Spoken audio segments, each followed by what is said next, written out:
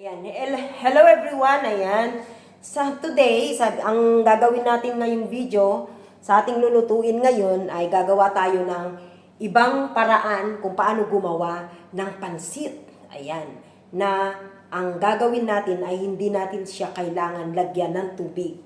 Ayan. Yun ang mapapanood nyo. Pero bago ko papakita sa inyo, ayan, yung sa mga hindi pa nakasubscribe sa aking YouTube channel, ayan, pwede nyo po akong i-subscribe and click the bell button below at select natin yung all para updated kayo sa lahat ng aking mga upload. Ayan, ngayon, ipapakita ko sa inyo kung paano gumawa ng pansit na hindi natin kailangan ng tubig. Okay, watch this. Wow! Yung mga ingredients, nag-prepare tayo ng ginger, garlic at onion at ang ating minarinate na chicken. So, ang ilalagay natin dito ay soy sauce lang at ang ating black pepper. Yun lang ilalagay natin. At pwede din natin lagyan siya ng corn flour para madali siyang lumambot. At ito yung ating pansit. At ang gulay na gagamitin natin ay isa lang. Isang gulay lang. Hindi na natin kailangan lagyan ng carrots, or kung gusto nyo rin naman, pwede rin kayo magdagdag ng any vegetables, pwede rin bell pepper, or whatever you want, beans. Yan. Pero ang gusto ko lang, ito lang yung gusto kong ilagay sa ating pansit. Ayan, lahat yan. Yan lang ang kailangan. At itong noodles na ito, kaya sinasabi ko sa inyo, hindi natin siya kailangan gumamit ng tubig na pag ginisa natin ang ating gulay, kasi I boil this pansit for 3 minutes para maluto na siya. At ang gagawin lang natin ay igigisa lang natin yung ating pansit. Okay, papakita ko sa inyo guys. Yan na. Yan. Ayan yung ating pan, yung ating kawali. Kasi nahirapan tayo guys maglagay ng ating camera kasi wala tayong stand. Ayun, nalagay tayo ng, open muna natin yung ating kalan, nalimutan natin. Lagay tayo ng oil. Ayan yung ating oil. Ayan, kung gusto nyo medyo marami ang oil, pero ako kasi ayoko ng maraming oil. Ayun. Papainitin natin yan. Sunod natin ang ating onion. Pag ako kasi nagigisa guys, I always first nga na ginagamit ko is yung ang niluluto ko sa kasi medyo matigas siya. Yun kasi yung natutunan ko dito sa Israel. Inuuna nila yung onion. Kasi sa atin sa Pilipinas, mostly ang inuuna talaga nila is garlic. Pero ang sabi nga nila, ang garlic daw ay it's easy to burn.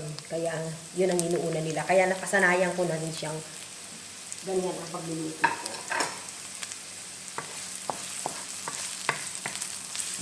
Yan, lutuin natin siya hanggang sa lumambot at magiging brown ng konti.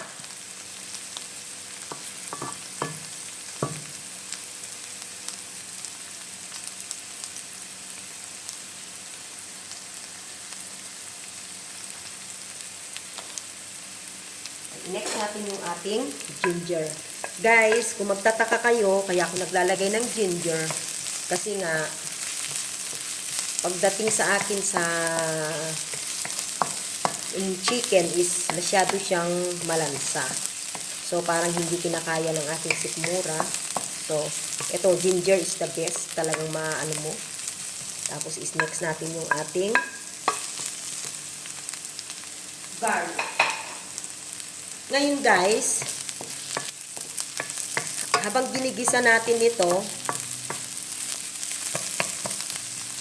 hindi po natin ihahalo dito ang ating chicken. Ito lang ang i-fry na natin dito. Ang i-fry na natin ay ang ating vegetables. Yan. fry natin into half cook.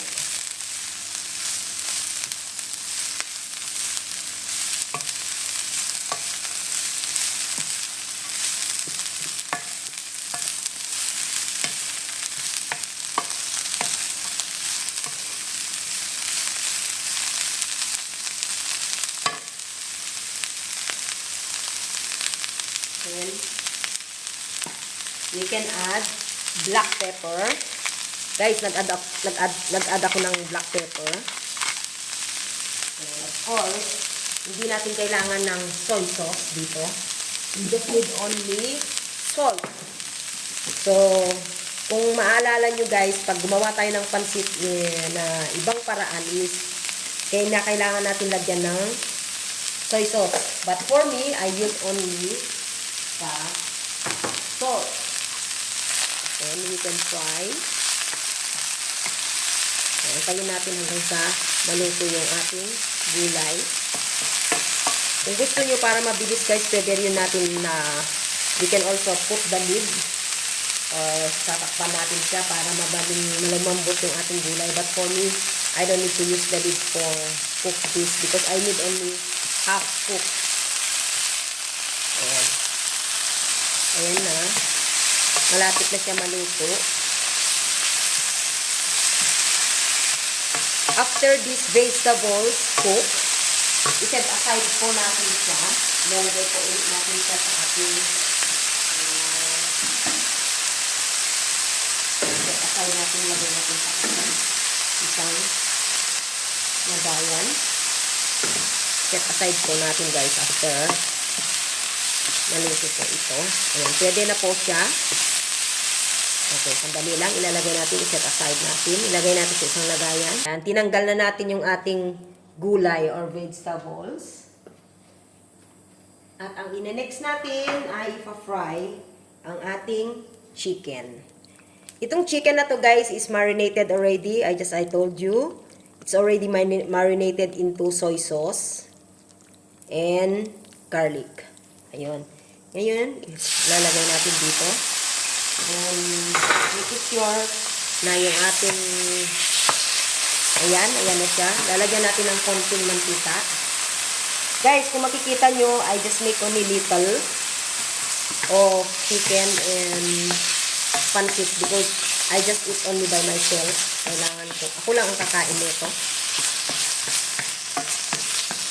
Yeah, so you can fry it until the chicken become brown. And later, if this chicken cook, and then we can set aside again. Ayan. Dagdag tayo ng a little bit oil para maluto siya.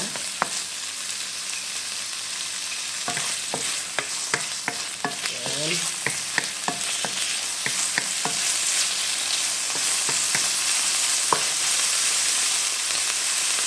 Okay.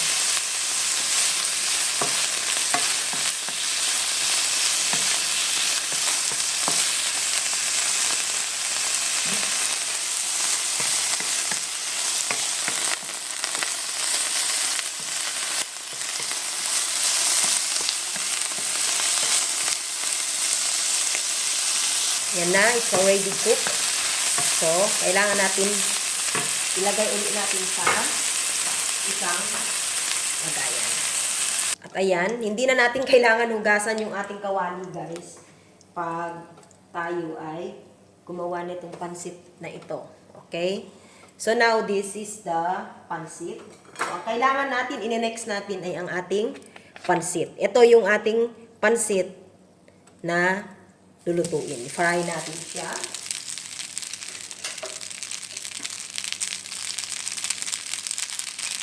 So, remember guys, this pansit is already cooked for 3 minutes. I boil it into 3 minutes. Pero, see, kailangan natin paghihiwalayin kasi medyo na-dry siya. Ayan na siya. Hinihiwalay natin para ma-mix natin yung ating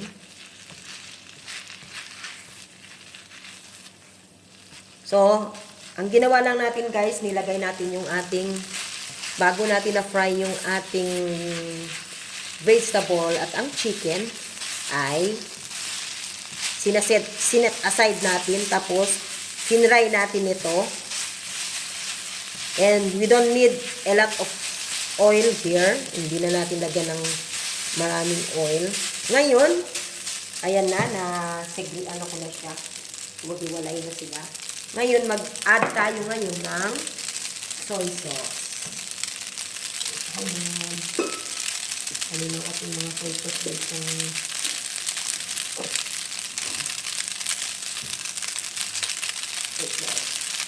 Okay. Ayan, mag-add tayo ng soy sauce. Ayan, hindi natin kailangan ng maraming soy sauce kasi baka mamaya yung inilagay nating salt is mag-alat siya. So, pag natikman nyo to, itong technique na ginagawa ko, mapapa-wow kayo. Try nyo guys, try nyo kung paano magluto ng pansit ng ganito. Sundan nyo lang yung ating menu kung paano.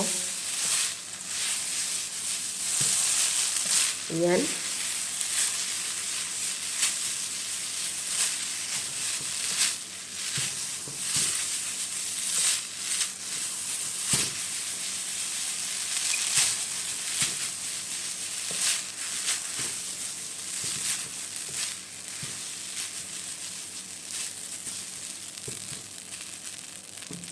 Tapos, mag-add tayo ng, kasi kanina hindi tayo naglagay ng oil.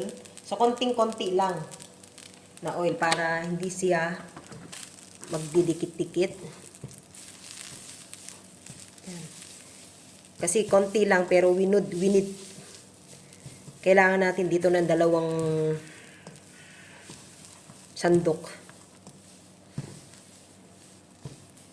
Yeah. Like that. So, kung makikita nyo, nakikita nyo ngayon ang kakalabasan niya, kundi magiging pansit na siya. Yan.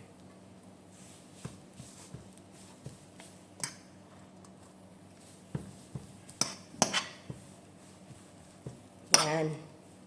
Hininaan natin yung ating yan. Pero mas maganda siya pag nafa-fry siya. Now guys, kung nakikita nyo, okay na siya. I-add natin yung ating chicken na na-fry kanina.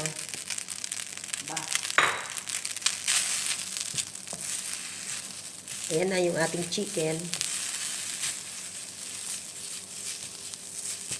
At i-add din natin yung ating vegetables na na-fry.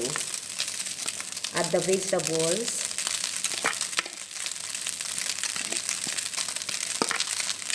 Yan.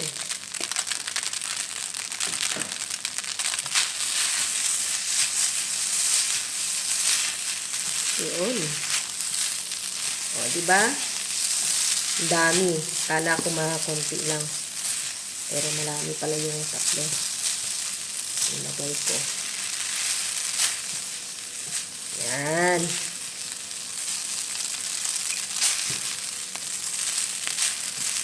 Diba simple lang kung paano gumawa ng pansit. Ayaw ko kasi masyadong yung kulay sobrang black guys, kasi hindi naman masyadong maganda siguro kung lagyan natin ng maraming soy sauce. Hindi maganda sa ating katawan, no? So, mild lang natin yung paglagay ng color. Ayan, kung makikita nyo, ayan na siya. Subukan nyo guys. Mapapawaw kayo. Ayan, papakita ko sa inyo kung ano pa yung ating idadagdag. Ayan ang ating pansit. At dahil para lalo kayong mapapasarap sa ating pansit, dadagdagan natin ng spring onion. At idadagdag natin yung ating egg. Diba? Kung gusto nyo maging masarap ang inyong kainan. At ayan na ang ating pansit. Ayan. O, diba kainan na tayo?